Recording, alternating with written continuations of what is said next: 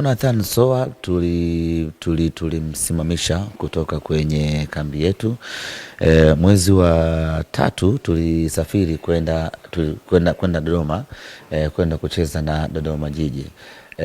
Tukiwa pale, tukiwa na Soa akaamrishwa atoke kambini na kurejea Dar es Salaam.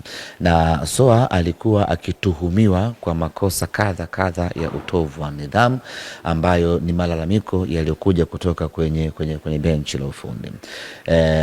Baada ya pale akarejeshwa kutoka Dodoma, akarejea Dar es Salaam kusubiri taratibu za klabu ziweze kukamilika na hatimaye haki yake iweze kupatikana. Baada pale akawa amepelekwa kwenye kamati ya nidhamu ya Simba Sports Club ambayo inaongozwa na mwenyekiti wake Kamanda Kova.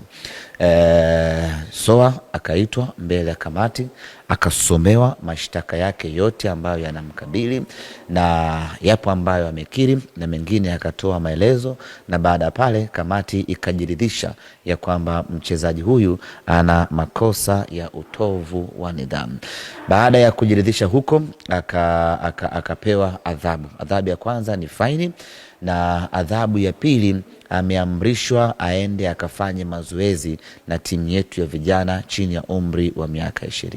Adhabu hii inaanza mara moja kuanzia hivi sasa, na atakuwa akifanya mazoezi na timu yetu ya vijana chini ya umri wa miaka 20, ikiwa ni kipindi cha matazamio kumwangalia kama kutakuwa kuna mabadiliko yoyote ndani yake kwenye upande wa nidhamu, basi adhabu yake hiyo itaisha na atarejea timu kubwa kuendelea na majukumu yake kama kawaida.